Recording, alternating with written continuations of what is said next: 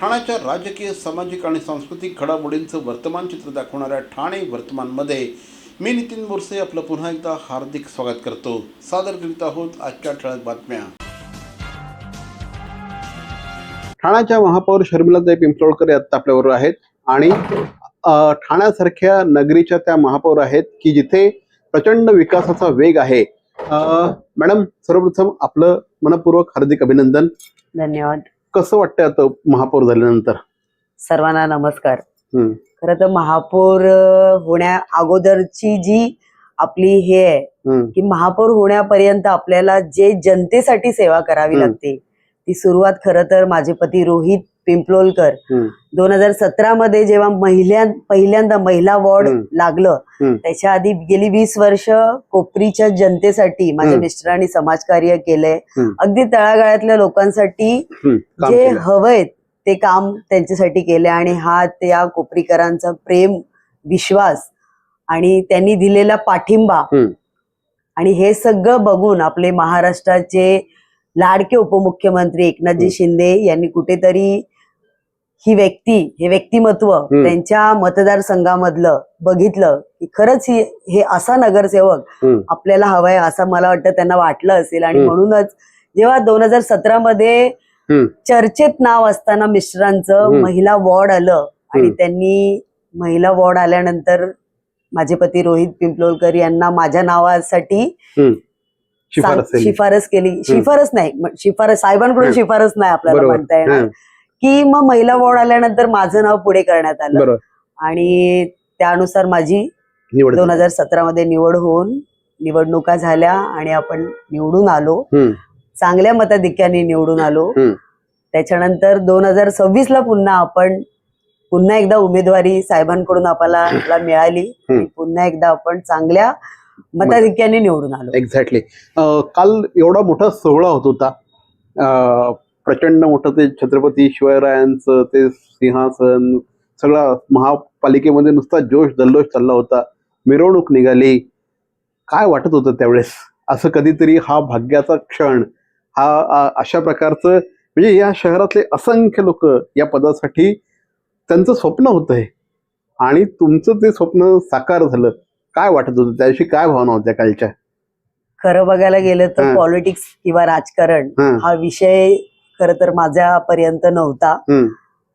जसं सांगितलं की पतीच्या फक्त एक त्यांची आवड म्हणून राजकारणामध्ये आलो आणि त्याच्यानंतर जी सुरुवात झाली आपली राजकारणातली, तर साहेबांचं जे कार्य मुख्यमंत्री पद झाल्यानंतर तर असं म्हणतो सर्वसामान्याच्या घरातून आलेली स्त्री जिचा राजकारणाशी कुठलाही संबंध नसताना जो कार्यकाळ 8 वर्षाचा मी अनुभवला आणि त्याच्यातून कुठेतरी असं वाटायला लागलं नाही खरंच समाजासाठी आपलं काहीतरी देणं लागतं. लोकशाहीची ही पॉवर आहे असं वाटत नाही तुम्हाला? लोकशाहीची पॉवर तर आहेच आणि लोकशाहीमध्ये आपला नेता आपले लाडके उपमुख्यमंत्री एकनाथजी शिंदे साहेब हे जर अशा पद्धतीने तळागाळाला जाऊन काम करतायत आणि त्यांच्या मतदारसंघातून आपण नगरसेवक म्हणून आहोत तर नक्कीच मिस्टर रोहित पिंपलोलकर माझे पती यांच्याबरोबर खांद्याला खांद्या लावून काम करण्याची जी संधी मिळाली आणि त्याचं सोनं नक्कीच करण्याचा मी प्रयत्न केला. कोपरीच्या शर्मिलाताई आता ठाणे शहराच्या झालेल्या आहेत,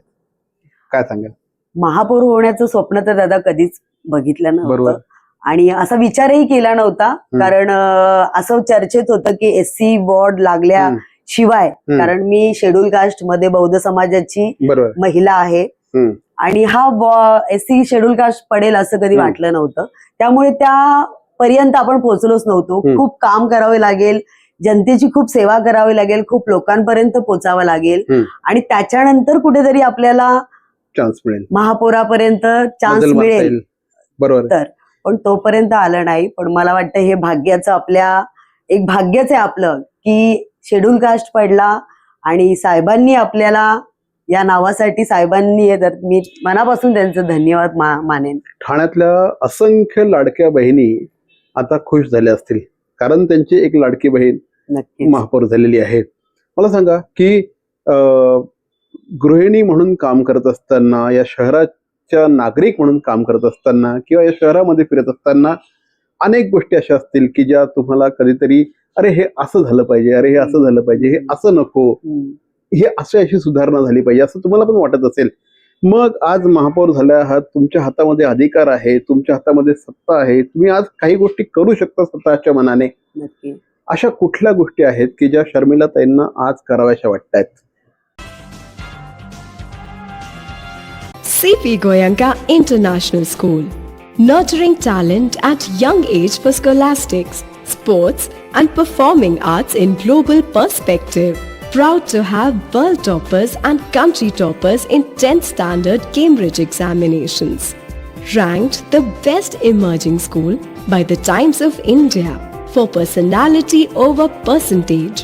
CP Goenka is the intelligent choice. Thane महानगरपालिकेचे मालमत्ता कर म्हणजेच प्रॉपर्टी टॅक्स भरण्याचे आवाहन. सन 2022-23 या आर्थिक वर्षाचे मालमत्ता कराचे म्हणजेच प्रॉपर्टी टॅक्सचे बिल ठाणेकर करदात्यांना महापालिकेमार्फत आर्थिक वर्षाच्या सुरुवातीस म्हणजेच माहे एप्रिल 2022 मध्ये देण्यात आलेले आहे. तथापि अद्यापही काही करदात्यांनी मालमत्ता कर महापालिकेकडे जमा केलेला नाही. सध्या आर्थिक वर्षाचा अंतिम टप्पा सुरू झाला आहे. मालमत्ता कर वसुलीसाठी महापालिकेतर्फे कडक कारवाई हाती घेण्यात आली आहे. या अंतर्गत जंगम मालमत्ता, टीव्ही, फ्रीज, वाहन व इतर जप्त करणे तसेच स्थावर मालमत्ता वॉरंट बजावून जप्त करण्यात येत असून मालमत्तेचा जाहीर विक्रीद्वारे लिलाव करून कराची रक्कम वसूल करण्यात येत आहे. मालमत्तेस पाणी पुरवठा करण्यात येणारे नळ संयोजन खंडित करण्यात येत आहेत. त्याचप्रमाणे थकीत मालमत्ता करावर 2% व्याज आकारले जात असल्याने भरावयाची रक्कम वाढत आहे. आपला मालमत्ता कर propertytax.thanecity.gov.in या लिंकद्वारे तसंच गुगल पे, फोन पे, पेटीएम याद्वारे ऑनलाईन पद्धतीने करण्याची सुविधा उपलब्ध करून दिली आहे.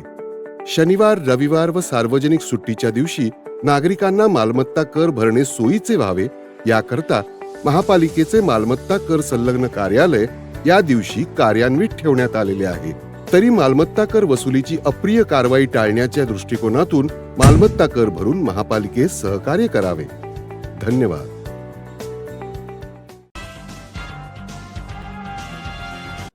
खरं तर बघायला गेलं तर महाराष्ट्राचे लाडके मुख्यमंत्री, उपमुख्यमंत्री आज महायुतीचं सरकार आहे.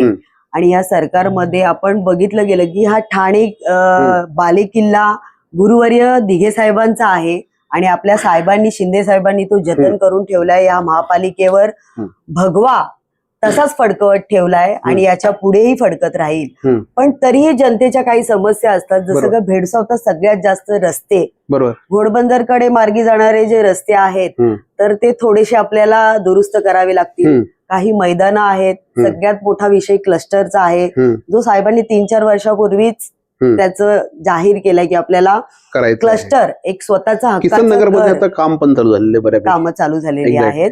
खरं तर साहेबांनी पहिला नारळ तिकडे फोडलाय आणि कोपरीमध्ये आता मला वाटतं दुसऱ्यांदा हा नारळ फोडला जाईल साहेबांच्या हस्ते. कारण कुठेतरी 2022 नंतर कार्यकाळ संपल्यानंतर, नगरसेवकांचा पिरियड संपल्यानंतर आणि साहेबांच्या हातून त्याचं उद्घाटन होणार आहे, त्याच्यामुळे तोही नारळ नक्कीच फोडला जाईल.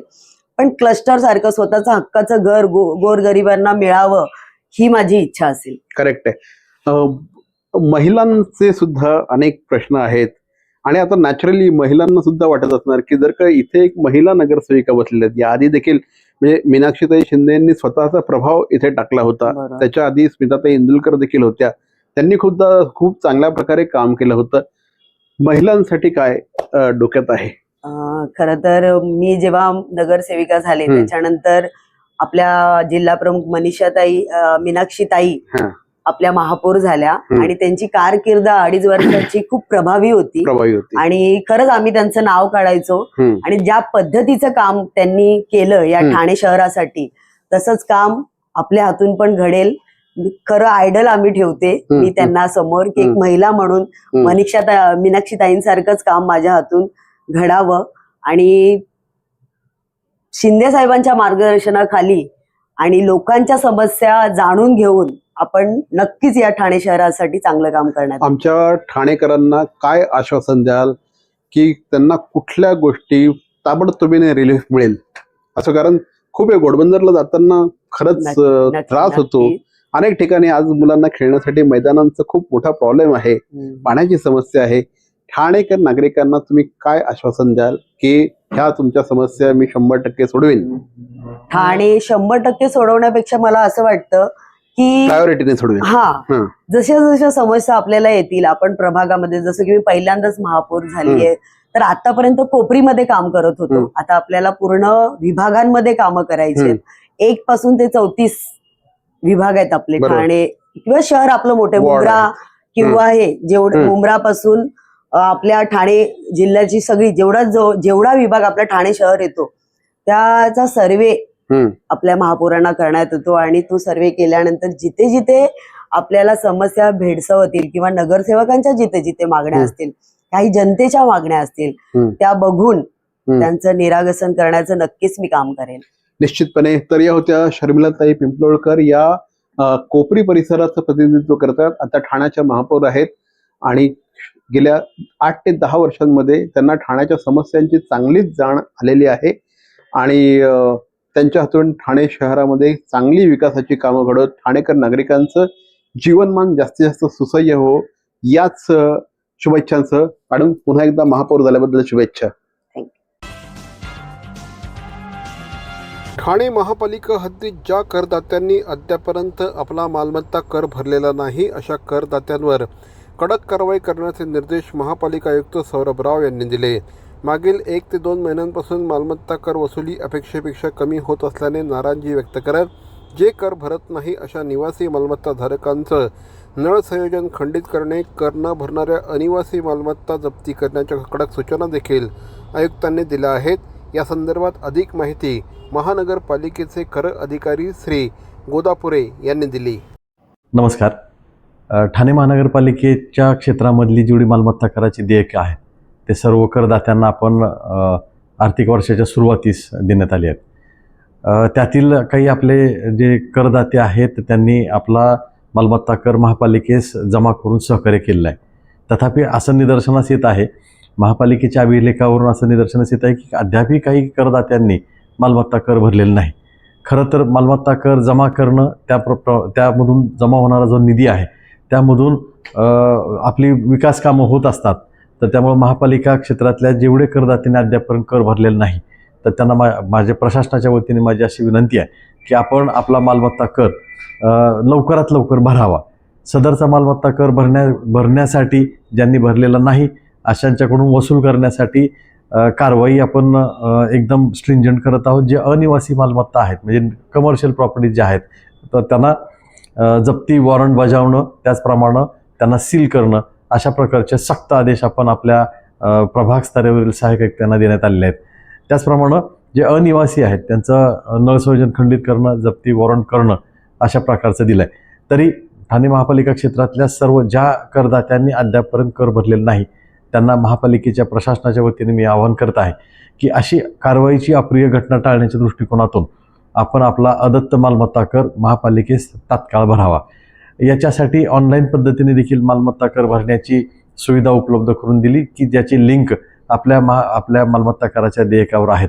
त्याचप्रमाणे करदात्यांना मालमत्ता कर सार्वजनिक सुट्टीच्या दिवशी भरण्याची सोय व्हावी यासाठी महानगरपालिकेने सर्व कार्यालये जी आहेत, प्रभाग कार्यालयाचे जे कलेक्शन सेंटर्स आहेत ते सार्वजनिक सुट्टी दिवशी चालू ठेवण्यात आले आहेत. तरी प्रशासनाच्या वतीने सर्व करदात्यांना विनंती आहे की आपण आपला मालमत्ता कर विहित वेळेत लवकरात लवकर भरून महापालिकेत सहकार्य करावं अशी माझी विनंती आहे.